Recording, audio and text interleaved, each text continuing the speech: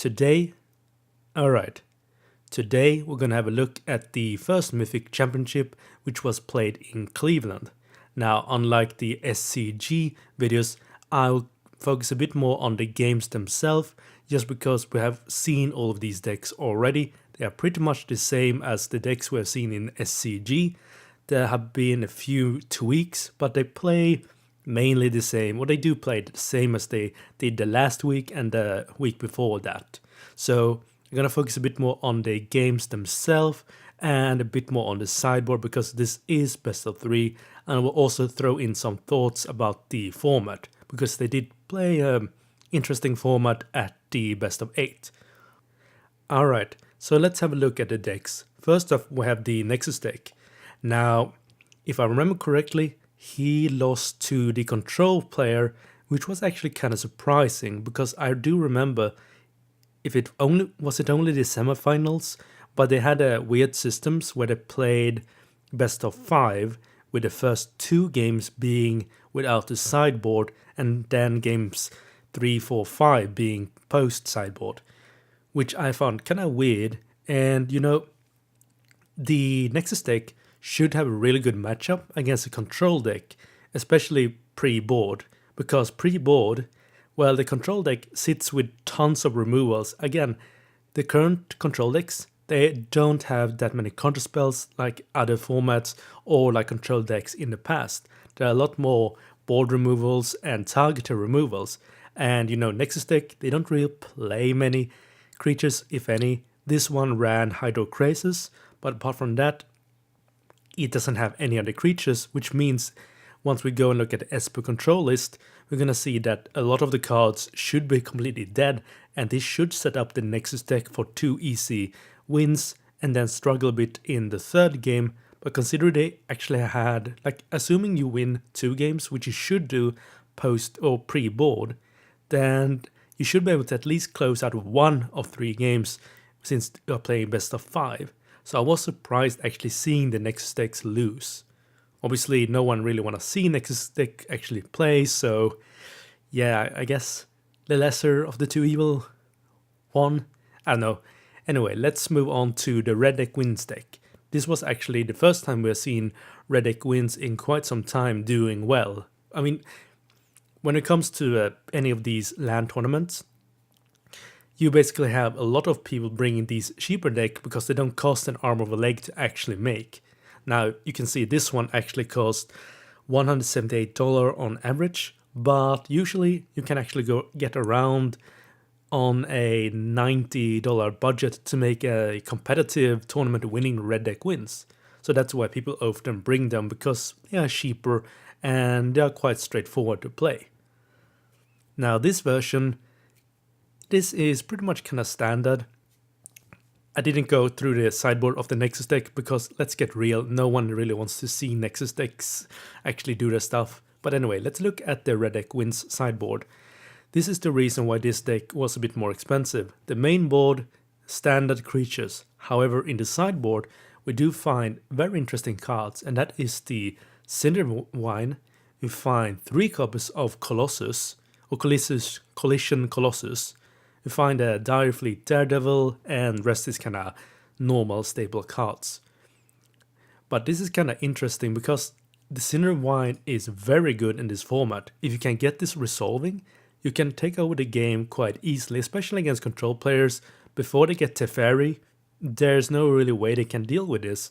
So it is a really, it's a really interesting tech. Obviously, you would prefer never having to rely on any land that can enter tapped when you're playing mono red, because if we do look at the lists, we can see that post-board or pre-board, pre-sideboard, I can't even speak today, pre-sideboard, we can see that nothing in the main board is actually green mana. So that means that the green is actually completely unnecessary until you go to the sideboard. Obviously, once you get to sideboard, especially against control players, this is going to be really helpful having the Cinderwines. So we have our first version of Mono Blue. Now, all of the Mono Blues that came into the top 8, they are pretty much similar. There's a few differences, but not really that many. We have our standard creatures, we do see that Mistcloak Herald has now been downgraded to a 3 in the decks. I think pretty much everyone is playing just 3 Mistcloak Herald, and that is mainly because the Drake is so efficient, and especially in a deck like Mono Blue, it's just so good. Now, I am gonna make a whole video about Mono Blue this week, sometime this week, but for now, yeah, the deck is just very solid. Now, if you look at the sideboard, this one had a bit different. It had the 2 Diamond Mare, which was kind of interesting, and it had a single copy of the Entrancing Melody. If I remember correctly, the other 2 Mono Blue decks had 3 copies of Melody in the sideboard. Obviously, this is really good against mirror matches, because you can force your enemy to use a counterspell or use a wizard bird thingy if he has that on the board. Obviously, it's good against other cards as well, but it's really good in the mirror matchup. And of course, if you're already winning in the mirror matchup, you are winning even harder with the Melody. It's a really good card. Other than that, this is pretty much what we're gonna call now the standard Mono Blue. Now, let's move over to Azurus Aggro. Now, we're seeing this deck now becoming quite popular. It's really good. It is basically mono white, pre-board or pre-sideboard. And then once you get to the sideboard games, you're gonna see things like counterspells. This particular version does actually not have, unless I'm blind, doesn't actually have any Deputy of Detention, which is kind of odd. We have seen a lot of Deputy of Detention in these mono white / blue sideboard decks, at least a few copies of them, but this is the first one I have seen that has actually no Deputy of Detention at all. I'm just making sure that I'm not seeing things. No. Now, this deck is very good. Now, it can run into some issues when it comes to board clear. It can run into issue where the enemy just is able to block everything. Let's say they get a Lyra Dawnbringer on the field and can protect her, then it's pretty much game over.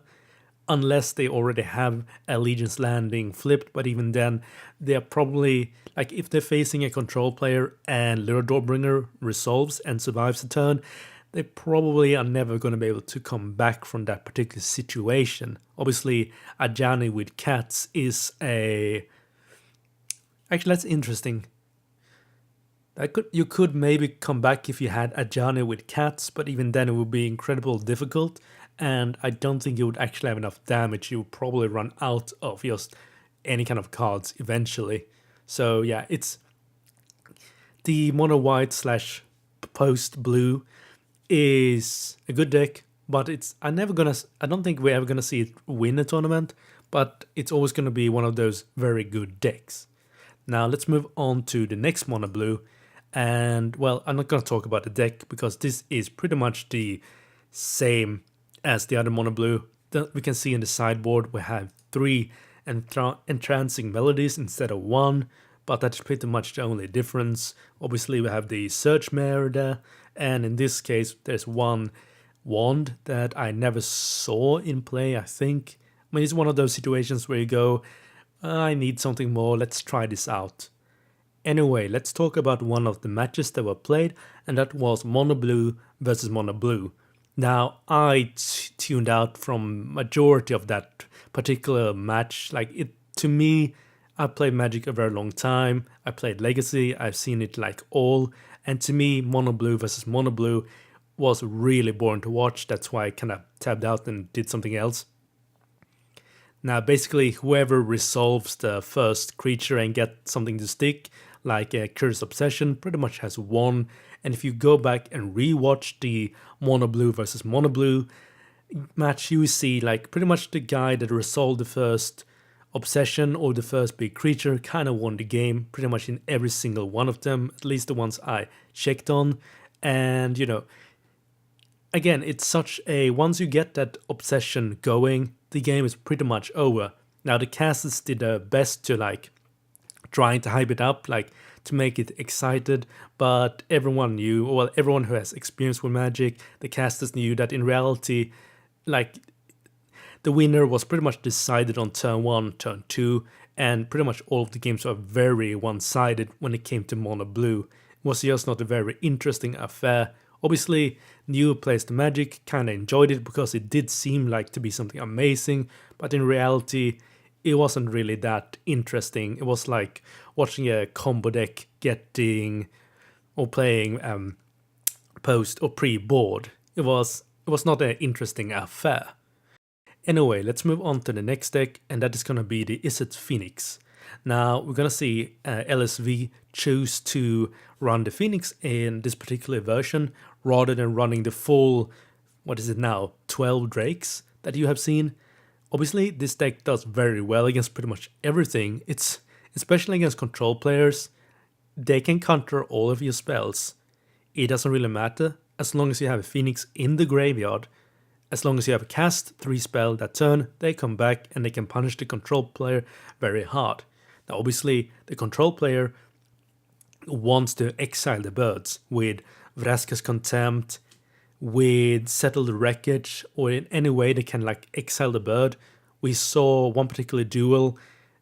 There was a Cry of the Canarium, whatever, exiling, or was it 2 birds, something like that, and LSV just scooped.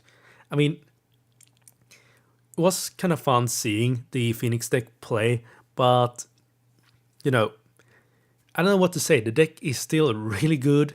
It can have some issues with, I mean, if someone were to make a full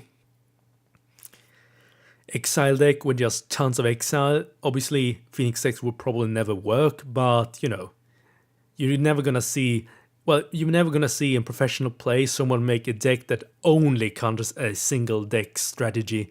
Like, you would have a horrible win rate. You might win against the Phoenix deck, but probably lose against everyone else. But yeah, it was kind of fun to see LSV playing the Phoenix deck. Now, one of the more cringy moments was when he was almost dead. I can't remember who he played, but he was almost completely dead, and he managed to cast Phoenix after Phoenix turn after turn. And yeah, I mean, that is what makes the deck really, really strong. But it was a bit annoying hearing the caster praising him like he was doing something amazing when he was spamming out Phoenix after Phoenix turn after turn. That was like a bit cringy, but you know, they do have to make the game interesting for like new players to Magic. Anyway, let's move on to the deck that came second, and that is gonna be the Esper Control deck. Now, we've seen it all before, like this is your standard Esper Control deck list. You have a few counter spells, you have a ton of board removals together with target removals, and then you have your win condition in the form of Teferi, Hero of Dominaria. Now, the sideboard, you have your standard creature package here. You find Lyra Dawnbringer, Hostage Taker, and Thief of Sanity. Now, Hostage Taker and Thief of Sanity was never banned cards, but before Ravnica Allegiances, they didn't have a deck that could really fit in, and cards like Chaos Wrath allowed control decks to move from red to black to allow both Hostage Taker and Thief of Sanity to find a home in control decks. They also have found, of course, a home in Sultai decks, mainly thanks to Hydro Krasis, which made Sultai go into blue to begin with. Now, I did find it kinda interesting that we did not see a single Sultai make it to the top 8.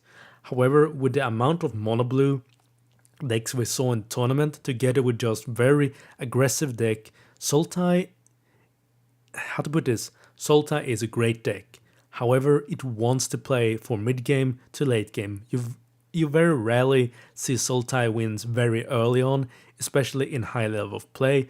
I mean, you need to have that dream start where you get a Jade-like Ranger into multiple Wild Walker to like have someone scoop early on with a Sultai deck. And because we have so many fast-running decks in the format, especially in this tournament, it was hard for Sultai to make it that far.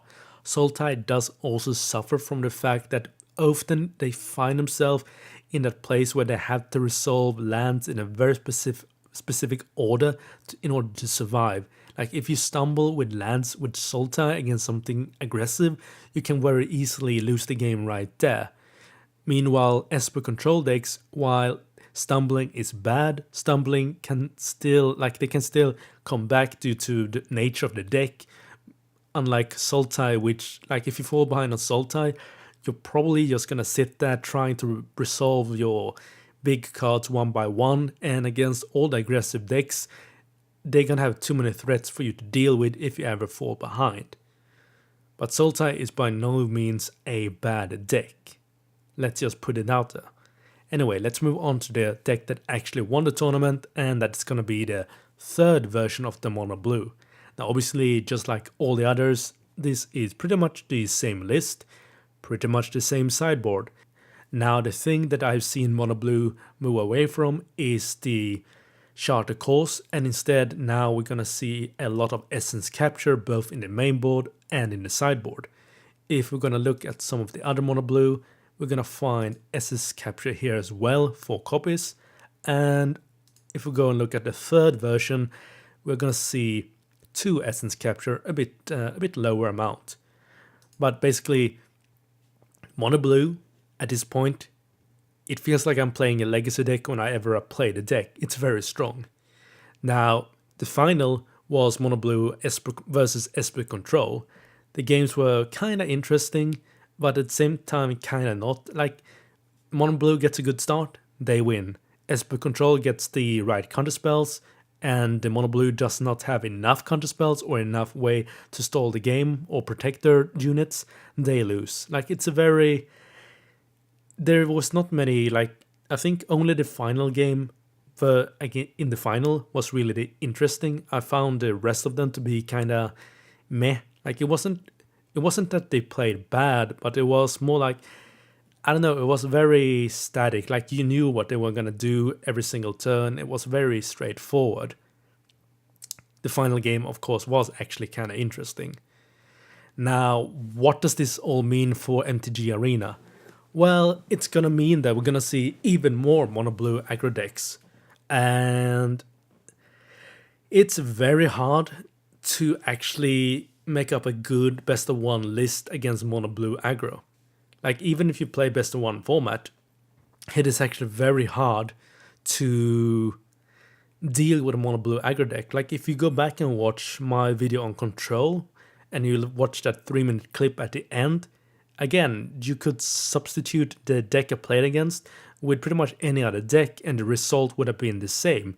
If Mono Blue gets a good hand and they are on the play, there's not much you can do. You are just gonna straight up lose. And I mean, you could be the best player, but against a good Mono Blue hand, or yeah, it's over. You are never gonna really come back from that.